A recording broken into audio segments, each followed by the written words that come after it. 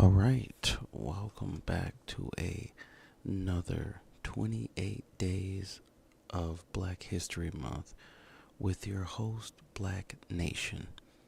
This is episode 2, and we're going to be talking about Hattie McDaniel.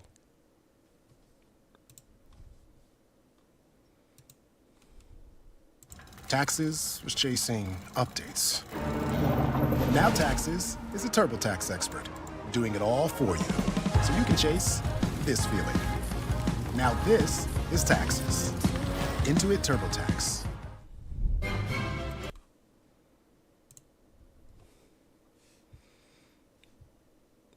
No, I'm just wondering why it's not showing.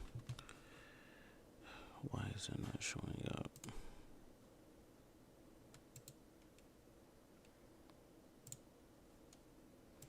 Thank you. Welcome to a destination full of flavor. Enjoy freshly ground bean. She made history by winning an Oscar, but behind the curtain, Hattie McDaniel faced a storm of pain, betrayal, and deep resentment. In an industry that often boxed her into one role, she kept silent for years. But when she turned 59, she broke that silence and named the 5 actors who made her life in Hollywood a living nightmare. These names will shock you not just because of who they are, but because of how they treated her. Get ready to hear a side of Hattie's story that Hollywood tried to bury for decades until now. Before we dive into video, please subscribe our channel. Hattie McDaniel was more than just an actress. She was a fighter. In 1940, she became the first African American to win an Academy Award. But that victory came with a heavy cost. Hollywood cheered her on stage, but off stage, the same industry treated her like she did not belong. Throughout her career, she was typecast in roles as a maid or servant, no matter how talented she was. While others moved freely between genres and scripts, she was constantly told to stay in her place. Hattie lived in a time when racism was open and brutal. She was often not even allowed to attend her own movie premieres because they were held in whites-only venues. Even when she won her Oscar for Gone with the Wind, she was seated at a segregated table, far from her cast members. Behind her smile was a woman carrying deep wounds, many caused not just by a racist system, but also by the people she worked with. Some actors whispered behind her back. Some were openly cruel. Some mocked her success, and others went out of their way to make her feel small. And while Hattie stayed strong in public, those close to her knew the truth. She had a list, a personal, painful list of the actors who had hurt her the most. At the age of 59, just a few years before her death, Hattie opened up privately to friends and colleagues about those aims. The memories still stung. And today, we will reveal those 5 actors, those who stood not just as co-stars, but as cold reminders of Hollywood's darkest side. These are the actors Hattie McDaniel hated the most, and the stories behind that hatred are as heartbreaking as they are revealing. Now we talk about 5. I'm gonna keep it a bug though. Like, she doing this all during segregation. She had to be a strong woman. Cause, I don't know if I could have done it. Shoot. Like, she got her first Oscar, but she's got to deal with all this. So I'm in the movie, but I can't even come to the premiere. That's crazy. I can't just sit in the back. I can't even go. She couldn't even go. That's crazy right there. But she done all this. She did all this legwork. Right? She did all this legwork so we could get a foot in the door. She ran so we could walk. 'Cause this is crazy. But shout out to her. She gonna rest in power. 5 names she hated the most. Number 1, Clark Gable. To the world, Clark Gable was the king of Hollywood, known for his charm, powerful presence, and unforgettable role as Rhett Butler in Gone with the Wind. But to Hattie McDaniel, he was something very different, a friend who failed her when it mattered the most. During the filming of Gone with the Wind, Hattie and Clark shared many moments on set. They laughed between takes. Clark even defended her once when a director made a crude joke. Hattie believed she had found an ally in him, someone who respected her not just as a performer, but as a person. That hope, however, would not last. The premiere of Gone with the Wind was scheduled to take place in Atlanta, Georgia, a city still buried deep in segregation. Black cast members, including Hattie, were not invited to walk the red carpet or even enter through the front door. Hattie was heartbroken. It was the biggest moment of her career, and she was being excluded simply because of the color of her skin. Rumors spread that Clark Gable was furious and threatened to boycott the premiere. Hattie held on to that. She thought he would take a stand. But when the night came, Clark attended the premiere, posed for photographs, and never mentioned her name. Not once. The man she had trusted chose silence over support. That moment changed Hattie. She never spoke badly about Clark in public. She kept her pain quiet. But years later, in private conversations, she revealed how betrayed she felt. She had stood by him, laughed with him, trusted him, and when she needed him most, he was not there. It was not just about missing a premiere. It was about dignity, loyalty, and courage. Clark Gable had the power to speak up and chose not to. That silence spoke louder than any words. For Hattie, that wound never truly healed. She still respected his talent. But the betrayal lingered, and it earned Clark Gable a permanent place on the list of actors she hated the most, not because of who he was on screen, but because of what he refused to be off it. Number 2. Olivia de Havilland. Build a website you love with Wix. For your words, create your brand, your opportunity, your... Olivia de Havilland played Melanie Hamilton in Gone with the Wind, a character full of kindness and grace, but behind the camera... So, what I'm realizing is that they're all a part of Gone with the Wind. Okay, just making that clear. Her real-life behavior toward Hattie McDaniel was far from warm. In fact, Hattie often described her as one of the coldest people she ever worked with. From the very beginning of filming, Hattie could feel it. The distance, the stiffness, the refusal to make eye contact unless absolutely necessary. While other actors on set exchanged pleasantries or light jokes, Olivia barely acknowledged Hattie's presence. It was not overt hatred. It was something even more painful. Complete disregard. Hattie understood the times. She knew racism came in many forms. Some people used cruel words. Others simply acted as if she did not exist. Olivia belonged to the second category. She was polite on camera, but icy off it. She never congratulated Hattie when she won her Oscar. She never thanked her for the emotional weight Hattie brought to the film. And when the press asked Olivia about her black co-stars, she always found a way to change the subject or keep it brief. To Hattie, this was not just rudeness. It was a reminder of how invisible she still was, even in her greatest moment. Olivia de Havilland, a woman celebrated for playing gentle characters, had treated her with indifference that felt like a slap to the face. Years later, when Hattie spoke privately about her Hollywood experience, she did not raise her voice in anger. But when Olivia's name came up, there was a long silence. Then, Hattie quietly said, "Some people never saw me, even when I stood right beside them." That sentence spoke volumes. The pain of being ignored by someone she shared so many scenes with left a lasting scar. Olivia never insulted her directly, but her silence and cold behavior made Hattie feel like an outsider, unwelcome, unwanted, and undeserving. For Hattie McDaniel, being hated openly was easier than being erased silently, and that is why Olivia de Havilland earned her place on the list, not for a loud insult, but for a lifetime of quiet cruelty. Number 3. I'm gonna just be honest. What do you expect though? This was back in what, 1940, 60, whenever she was doing her part. It was gonna be that criticism. It was gonna be that hardship. It was gonna be all that. But I'm glad she powered through and put that fake smile on her face and won that fucking Oscar, and I would have flipped off everybody. But I can't forget, she wasn't allowed in there. But yet they still gave her that Oscar. Bet they was pissed about that. Walter Brennan. Walter Brennan was one of the most awarded character actors of early Hollywood. Known for his gruff voice and old man roles, he won 3 Academy Awards. But while Hollywood praised his talent, Hattie McDaniel saw something much darker in him, a man who made no effort to hide his disdain for her. Unlike others who kept their prejudice quiet, Brennan was loud, brash, and unapologetically racist. He He believed black actors should remain in the background, far from the spotlight. Hattie recalled how he once mocked her presence on set, scoffing at the idea of a black woman winning an Oscar. "It is just one more nail in Hollywood's coffin," he allegedly muttered, not caring who overheard.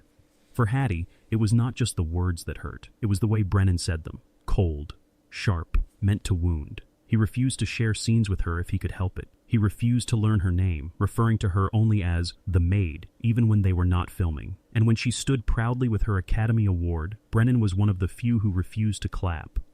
Hattie was used to disrespect in the industry. But Brennan took it further. He spread rumors, fueled division on set, and made her feel unsafe. He turned colleagues into cowards. Many stayed silent around him, afraid to confront his open racism. And that silence gave him more power. One day, after a long day on set, filled with Brennan... Wait a minute. I want to hear something good. I don't want to hear just all the fucking negative. My God. I mean, I've trying to make me feel bad. I want her to rest in power. Jesus. Because she did do her thing.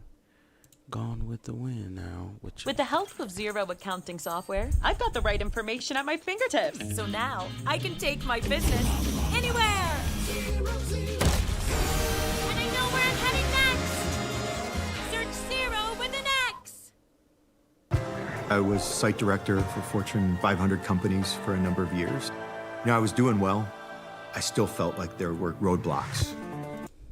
At the 12th Academy Awards on February 29, 1940, it was all about Gone with the Wind. The legendary 4-hour classic epic, considered by many the greatest film of all time, had received a record 13 Oscar nominations, and it went on to receive that night a then record 8 prizes. God. It won Best Picture, of course, Best Director for Victor Fleming, Best Actress for Vivien Leigh. It took screenplay and art direction and film editing and cinematography. Gone with the Wind had an amazing night. And the most important moment of all was Hattie McDaniel becoming the first black person to ever win an Academy Award.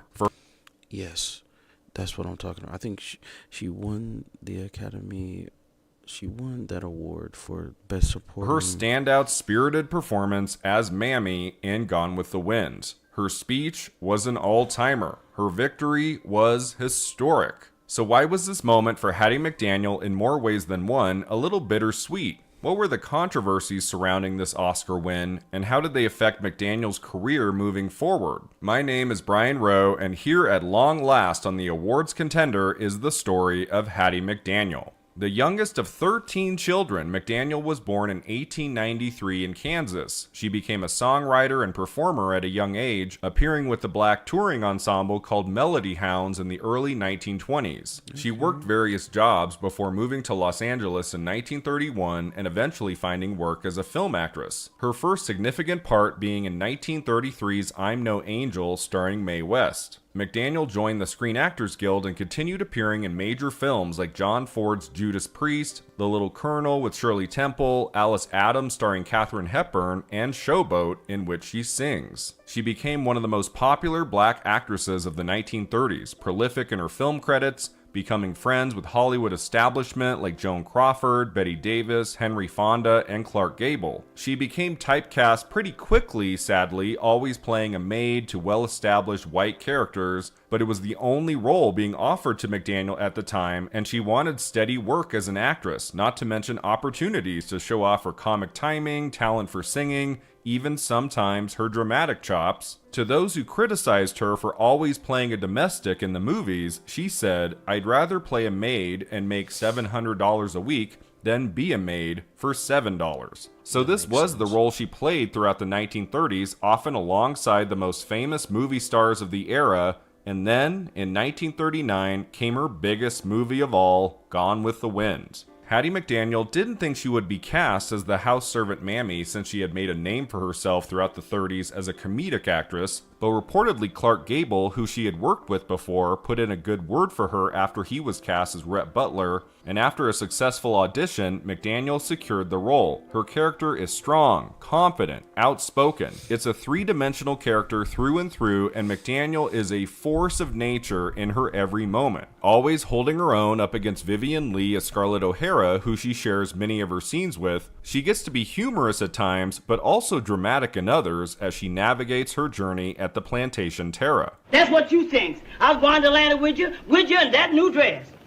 Now, Mammy, darling. No use to try to sweet talk me, Miss Scarlett. I knows you ever since I put the first pair of diapers on you. Gone with the Wind from producer David O. Selznick became one of the most popular films ever made following its lavish premiere on December 15, 1939, audiences coming to theaters in droves, and critics giving the film rave reviews. And despite all the talent in front of and behind the camera, McDaniel was often singled out. A critic in the Times said McDaniel almost acts everybody else off the screen when she is allowed to appear in the foreground. Margaret Mitchell, author of the novel Gone with the Wind, published in 1936, really loved her performance too. She said, "The scene in which Mammy walked up the stairs with Melanie after Bonnie's death was one of the finest I ever saw." And many members of the press at the time went nuts for her work in the film. A newspaper article said, at a recent press preview held in Hollywood, critics were unanimous in saying that Miss McDaniel had turned in an outstanding performance. Since then, the actress has been besieged with numerous telephone calls and letters congratulating her on her fine work in the biggest production to come out of Hollywood. The film was such a sensation, and McDaniel was so good in it, it seemed possible she could become the first black person ever to receive an Oscar nomination in any category,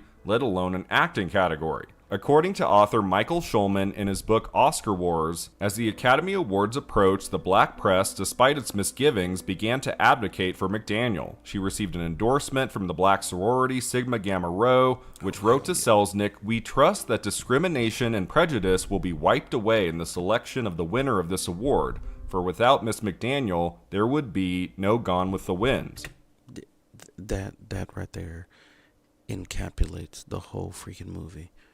Without that one black person, that movie would have went to shit. That's what I'm talking about. That's what the fuck I'm talking about right there. Too bad I never watched the movie. You know what? I probably will watch the movie. I should. And I probably will. But in early February 1940, McDaniel walked into Selznick's office with a file of clippings to show him the support she was getting. Selznick made sure McDaniel had a place on the ballot. And so for the 12th Academy Awards, McDaniel became the first black person ever to be nominated in any category. She was even the first black person just to attend the ceremony, in which all of the attendees reportedly gave McDaniel a standing ovation as she walked into the room. In Best Supporting Actress that year, she was up against Olivia de Havilland, also from Gone with the Wind, Geraldine Fitzgerald in Wuthering Heights, Edna Mae Oliver in Drums Along the Mohawk, and Maria Ouspenskaya in Love Affair. With Gone with the Wind so big that year, it seems like the only other person in the category who had a shot to win was de Havilland, whose career was skyrocketing at that time, especially after her large role in the acclaimed The Adventures of Robin Hood from 1938. But it just seemed like most people in the room felt like an historic moment was about to happen. Actress Faye Bainter presented the award, eventually revealing the winner. So she was the first African to attend the award and also We've destroyed an enemy cruiser. To me it seems no more than just a plaque of gold. It opens the doors of this room, recognizes and pays tribute to those who give of their best, regardless of creed, race, or color. It is with the knowledge that this entire nation will stand and salute the presentation of this plaque that I present the Academy Award for the best performance of an actress in supporting roles during 1939 to Hattie McDaniel.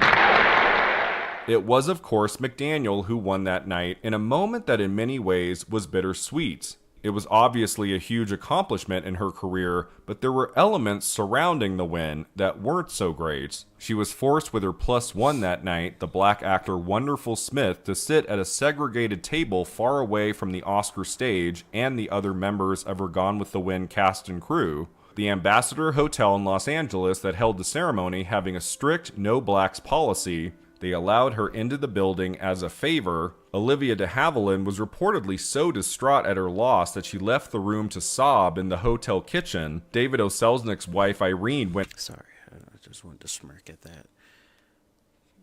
I just wanted to smirk. I just wanted to smirk at that. Oh my gosh, that black woman won. Oh my gosh. Let me leave the room so I can cry. My white privilege is not working. What the fuck? No. After her, told her to grow up and to go back inside to congratulate McDaniel. After the ceremony, there was a party to celebrate at a strictly no blacks club where the now Oscar winner Hattie McDaniel was denied entry, so she had to throw her own lavish house party. In McDaniel's victory for Gone with the Wind, even the role itself was met with its share of controversies. Whites in the South complained she was too familiar with her white owners, and many black audience members complained that the film celebrated the slave system and that McDaniel's Oscar win suggested the only way for a black person to succeed in Hollywood was to accept its systemic use of racial stereotypes. What do you expect? We're slaves. You think I'm gonna play? This ain't like Django, fool. Like, what you mean? This ain't like Django. Slave turned bounty hunter. I'm like, you back in, what was it, 1930s? Just now getting the first African-American Oscar? Really? Like, what do you expect? Of course black people gonna be mad. It's like, you expect me to play a fucking superhero? Like, what do you think she was gonna play? To be a woman back then, too. It's like, what do you expect she was gonna play? Fucking bounty hunter? Like what? Women didn't drive back then. Like what was she gonna do? You gotta get over that. But I'm pretty sure back then in that time they were like, oh my gosh, she's such an Uncle Tom. Oscar Wars, Michael Schulman wrote, "As ever, McDaniel was less interested in challenging the system than in succeeding within it, and she was willing to play the role of studio apologist, even if it curdled her reputation in the black press. Although her mammy was feisty, she didn't make waves on sets. While the white stars got private limos, the black cast was given a single car to and from work. McDaniel remained good-humored. Her co-star Butterfly McQueen wasn't as compliant. After she refused to eat watermelon in one scene, McDaniel warned her, 'You'll never come back to Hollywood. You complain too much.' Now, to be very clear, Hattie McDaniel wanted to play other characters in film at the time. She didn't just want to play the domestic over and over again, but at the same time, she was very grateful for the many opportunities she was receiving in the entertainment industry and getting steady work, and she really adored her character in Gone with the Wind. At the time of the film's release, McDaniel said, 'I love Mammy. I think I understood her because my own grandmother worked on a plantation not unlike Tara.'" Imagine being able to build an app with your name on it, just by thinking about it. Meet Base 44. So winning an Oscar, especially for this performance, meant a lot to Hattie McDaniel. Gossip columnist Luella Parsons, who was in the room that night, said, "If you had seen her face when she walked up to the platform and took the gold trophy, you would have had the choke in your voice that all of us had when Hattie, hair trimmed with gardenias, face alight, and dress up to the Queen's taste, accepted the honor." And McDaniel, in this historic, pivotal moment in the history of the Academy Awards, gave one of the ceremony's finest speeches. Academy of Motion Picture Arts and Science, fellow members of the motion picture industry, and honored guests. This is one of the happiest moments of my life, and I want to thank each one of you who had a part in selecting me for one of the awards. For your kindness, it has made me feel very, very humble. And I shall always hold it as a beacon for anything that I may be able to do in the future.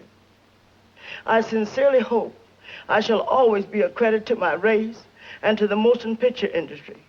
My heart is too full to tell you just how I feel. And may I say thank you, and God bless you. Type shit. Like, come on, man. That was a wonderful speech. Like that was just a wonderful speech. Like, it was just. It's like, well, thank you for allowing me in the building. I get to say my speech and fuck everybody who didn't believe that I was gonna win this, because I deserve this. I earned this. She worked hard for this, and she will always rest in power, and we will remember her. Or, no, not, yeah, no, she will be remembered, because she went through a lot.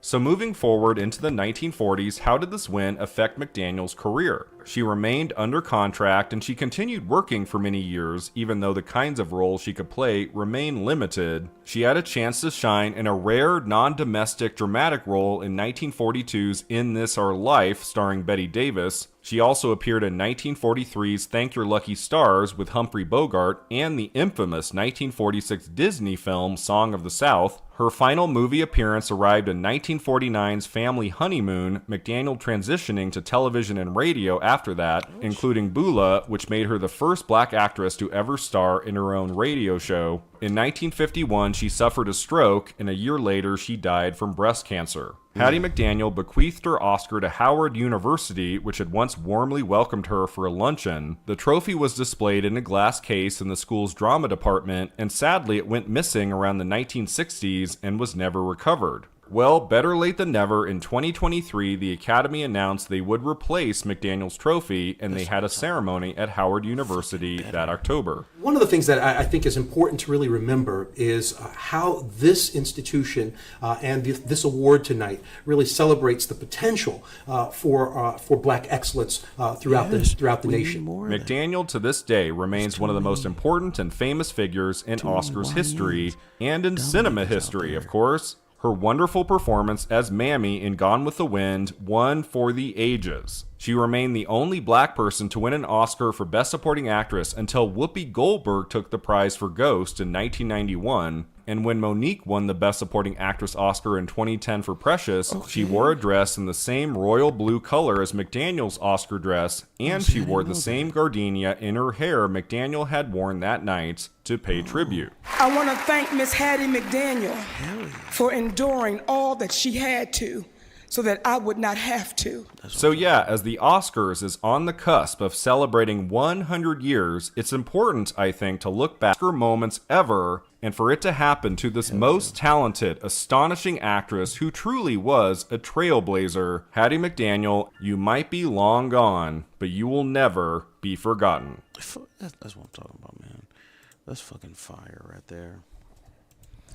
And her Wikipedia, when was she born? June 10th? Okay, so 2 days after my birthday. My birthday's on June 8th. Let's see. And it says she has 2 stars on the Hollywood Walk of Fame, was inducted to the Black Filmmakers Hall of Fame in 1975, and in good Lord, 2006 became the first black Oscar winner honored with a U.S. postage stamp, which I thought was actually pretty cool. And something else I found out is that they're actually selling her autograph on eBay for about $1,000. You can get an autograph, which is crazy. Hattie McDaniel, Gone with the Wind, 1939 signed autograph. Authentic, rare. That's just amazing. Look at that. Hattie McDaniel signed autograph. 1941 letter, Gone with the Wind. Contained content PSA/DNA. That's just amazing. I didn't even know anything about this. And then that whole stamp thing, I didn't find anything about the stamps. Maybe because I didn't look it up. Gone with the Wind, Hattie McDaniel, poker chips. Okay, see, now that's... Oh, this is a photo selling for $5,000 plus. Really? The delivery fee? Come on now. That's some respect. But that's just crazy. I didn't know you could get an autograph Like, you can buy this. This is good memorabilia, to be honest. And then was honored with a U.S. posted stamp. I'm sorry. That's an achievement in all of its own. And Wichita, Kansas. Oh, yeah. I kind of figured. Her mother was a singer of gospel music, and her father fought in the Civil War. Yeah. I kind of figured. Not about the Civil War, but about the gospel music. So, Hattie McDaniel. I didn't know Monique did that either. I'll probably put that video in there when I go back and edit this. I didn't know she wore the same flower in her hair and the same colored dress. I didn't know that. The more you know. But this has been episode 2 of 28 Days of Black History Month with your host James from Black Nation Production.